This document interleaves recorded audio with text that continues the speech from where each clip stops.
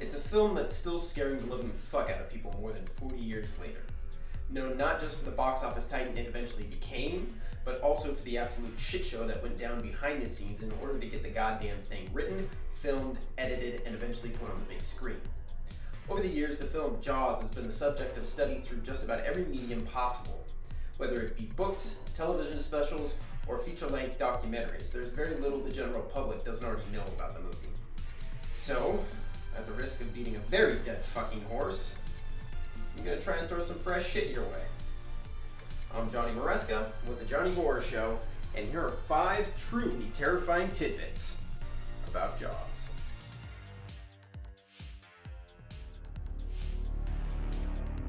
So, for the longest time, this shit has bothered me, and now I'm putting my foot down because it's time to set the motherfucking record straight. All too often, when discussing the film, I hear people saying that the first time the shark is seen is when Chief Brody delivers his now iconic bigger boat line. But that shit just ain't fucking true. The first time we see the monster in all his glory is a far more terrifying and, quite simply put, nightmare-inducing sequence in which a man is literally devoured in the estuary scene. Showing up at approximately the 1 hour and 21 minute mark, the shark's silhouette is visible just underneath the water as it pulls the man beneath the surface. An image that could quite easily be the most unsettling in the film, if not for the one seconds later that shows the shark's entire head annihilating its hapless victim. This reveal of the shark seems to be forgotten due to the fact that Brody's infamous line was such a showstopper. But the estuary sequence is not only the shark's true big break, but it's infinitely more visually horrifying and, quite fucking frankly, the shit nightmares are made of. It is a well-known fact that while filming Jaws, the production went way over budget. But just how bad did the budget actually get? Original reports suggest that while the film started with a $3.5 million budget, it eventually ballooned to about $8.5 million. In the expanded edition of the Jaws log, writer Carl Gottlieb concludes that the final number was closer to about $12 million. On the onset, going from about $3.5 million to $12 million is pretty fucking ridiculous. However, if you compare the stats from Jaws to Spielberg's most recent film, the BFG, you'll see that Jaws' big budget problems weren't nearly as bad as you might think.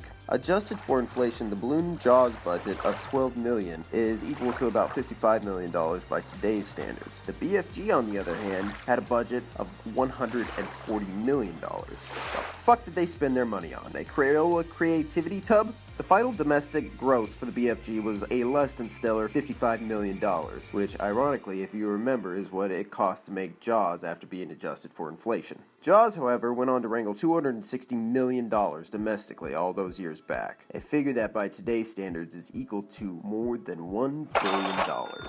Now here's a fun little tidbit about the nature of filmmaking. Not everything you film ends up on the big screen. Sometimes you shoot a scene and realize things aren't gelling and you have to go back and reshoot the scene altogether later, which is the case for the original scene in which Brody and Hooper find Ben Gardner's boat. Originally shot during the daytime with Brody, Hooper, and Meadows, the editor of the Amity newspaper, on a much smaller boat as they try and wrangle the wreckage of Ben Gardner's boat. Not only was the filming not gelling, sound equipment was destroyed, and actor Carl Gottlieb actually fell into the water during one take, but the scene was lacking in intensity and atmosphere. Spielberg reconciled to reshoot the scene at night and to include a sequence in which Hooper entered the murky ocean water and encountered the head of the now very much fucking dead Ben Gardner, creating what is now one of the most famous jump scares in cinema history. Another fun fact you probably didn't know, I sure as shit didn't, was that John Landis, yes, John Landis as in an American Werewolf in London John Landis, had a hand in the making of Jaws. Landis had originally come to Martha's Vineyard to discuss another project with Steven Spielberg. During his stay on the island, while he was waiting for a time in which Spielberg could sit down and meet with him, Landis was called upon by the production manager to assist in the construction of the breakaway pier seen in the final film. And while Spielberg was eager to meet with Landis, he was just too goddamn busy with the current bullshit at hand that he had to all but tell Landis to fuck off. In a recently discovered letter, unearthed by the Jony Horror Show research team, Spielberg shares his thoughts. Dear John, thanks for taking the time to travel out to beautiful Martha's Vineyard. As you have no doubt discovered, most of the locals are assholes and tried to sabotage the film on countless occasions. Regrettably, I will be unable to discuss your upcoming film, as I am currently very much being fucked in the ass by a giant mechanical shark, rising budgeting costs, bad weather, a shitty shooting schedule, lack of sleep, and a crew that wants to murder me. Hope you enjoy your stay on the island. I'll make sure Dick gets you a t-shirt. Sincerely, Steven fucking out of his goddamn mind right about now, Spielberg. So, without any further ado, we come to our final slot. And like you, I'm tired of talking about budgetary issues and all the drama that went down behind the scenes. So instead of talking about the day Roy Scheider had a mental breakdown on set, like I originally planned, I'm going to pull a fast one. We're going to talk about the one and only thing any of us think about when we hear the word Jaws. Bitches getting eaten by a motherfucking shark. Now, as we discussed earlier, the first time you get a good look at the shark in all his glory is in the estuary scene. Right here. It's fucking nightmare fuel, absolutely horrifying in every sense of the word, and it keeps me awake at night. But I digress. While the estuary scene is our first clear look at the shark, the very first glimpse we get of the monster is actually a good 40 minutes before, during the attack of the little boy. During the scene, we see the shark roll over on its side, raising its fins out of the water.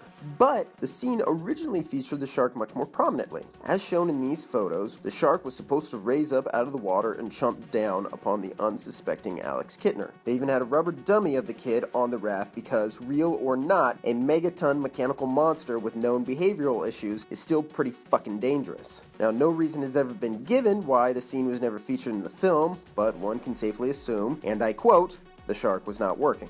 And while, yes, it would have been too soon to show the shark that early in the film, I can't help but think how freaking cool it would have been to see that giant fish rise up out of the water and bite that little ginger right in fucking half. Well, that's a wrap on another episode of the Jony Horror Show. If you like what you saw, subscribe.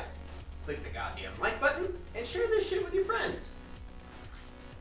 I'm Johnny Maresca, and be sure to join us next week for the current hot topic, alternative shark facts.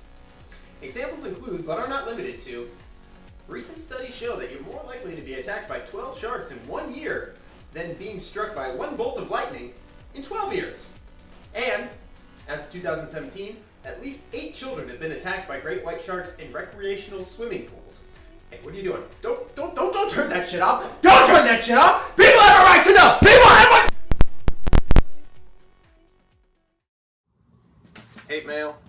Hate mail, eviction notice, overdue, jury duty, New Orleans.